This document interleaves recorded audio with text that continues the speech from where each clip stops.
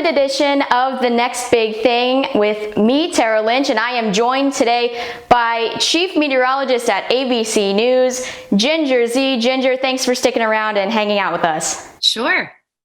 So, as we just established, you're Chief Meteorologist on a major news network. That comes with a lot of pressure. Do you feel that pressure? How do you handle it? What is that like? The only pressure I feel is, your whole career. Once I studied meteorology, but then once I decided while I was in college that I would try broadcasting, I made a goal and I said, I'm going to make it to the network, and I had like a timeline and I had all this stuff. And when that happened, you think that you're at the peak. But really what this has turned into is a total plateau, a wonderful plateau that I have a lot of opportunities to jump from and do things from. But there's a whole nother peak that I'm about to attack.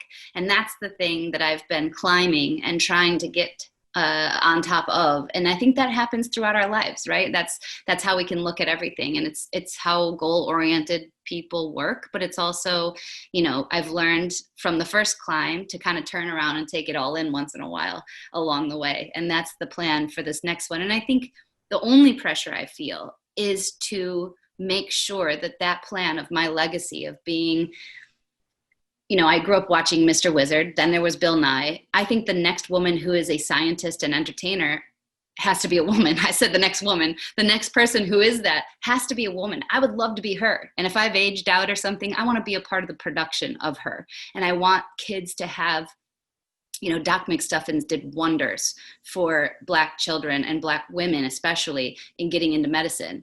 Got to have that in the other sciences too. And I think that, helping to build that will make being a woman, like I'm the first chief meteorologist at a network ever. That's crazy. And it's because our history of weather on television has come from, the weather person being a clown or a puppet. And so we've come a long way, but it also, there's like a lag of how people see that. So that's the pressure I feel, is to keep changing that so that anybody in the future of me, whether I have something to do with it or not, doesn't have to fight that fight of being like, nope, not a weather girl. I actually know what I'm talking about. And here's how, and that once that's out of the way, you can get a lot more done. And so I've got great plans. We're starting a climate and environment unit at ABC News, and I've been pushing for that for a long time. And I'm starting to do all these wonderful segments called It's Not Too Late about climate and environment. A lot of things going on, and I want to keep doing that. So that's the only pressure I feel, really.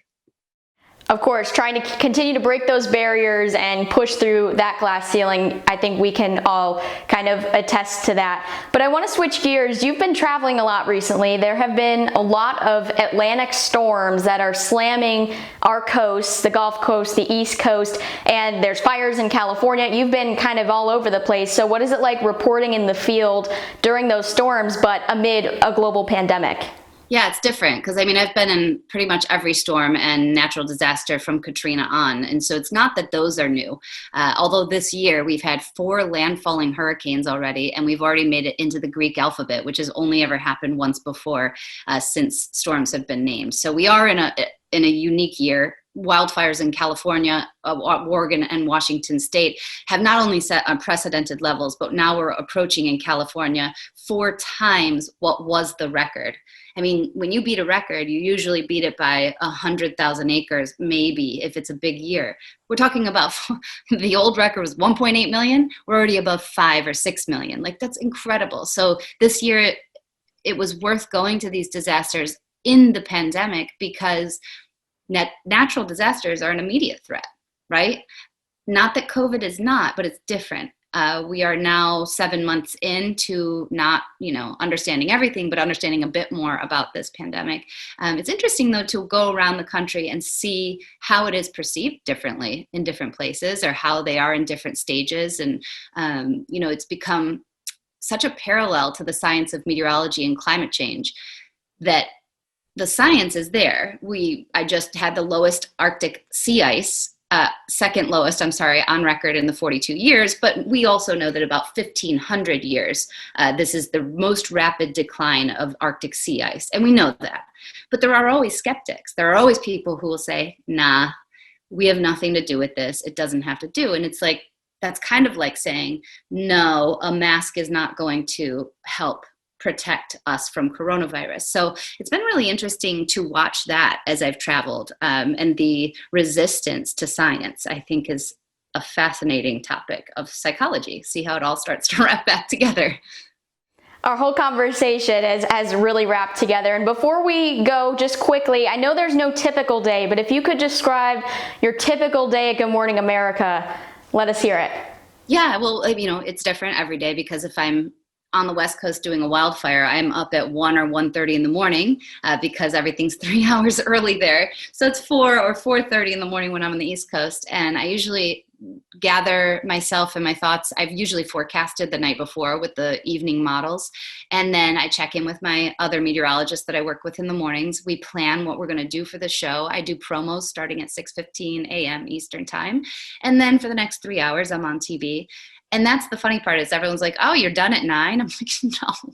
I mean, most days I fill my schedule with It's Not Too Late, shoots, interviews, book writing. It never really ends in the best way. I'm so lucky to have these opportunities, but I shoot my other show, Hearts of Heroes, that's on Saturdays. So most days I cut it off at 5 on the dot, and I say I can't do anything past then, because then I really have to focus on my family. But I'd say about 12 and a half hours of straight work. Try to get a workout maybe in there at lunchtime. Wow, that's pretty crazy. That's a really tough schedule, I will say. So I commend you for getting all of that done. But it's good to know that, I'm a person that likes to stay busy too. So it's good to know that. Let me say, that's the thing, is if you're that person, you're going to be that person no matter where you go or where you are. It will always help you, but you have to balance it with the burnout. And I think the part that I'm still working on is finding that there is no balance in life. That's not true, but finding the focus, right? And finding the focus at the right times. And that's the part that I would encourage anyone to do, is kind of just say to themselves, what matters? What needs to be done most?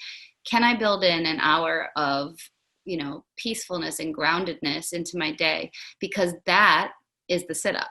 That's the part that's going to make you stronger for the first half of your day tomorrow. That's going to make you go, whoa, otherwise.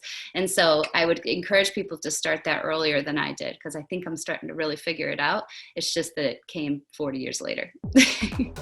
Well, for those tips, please visit The Next Big Thing, the full episode with Ginger Zee. There is a ton of great mental health and mindfulness tips there. Ginger, thanks for staying. Thanks for answering these extra questions. We, again, appreciate your time.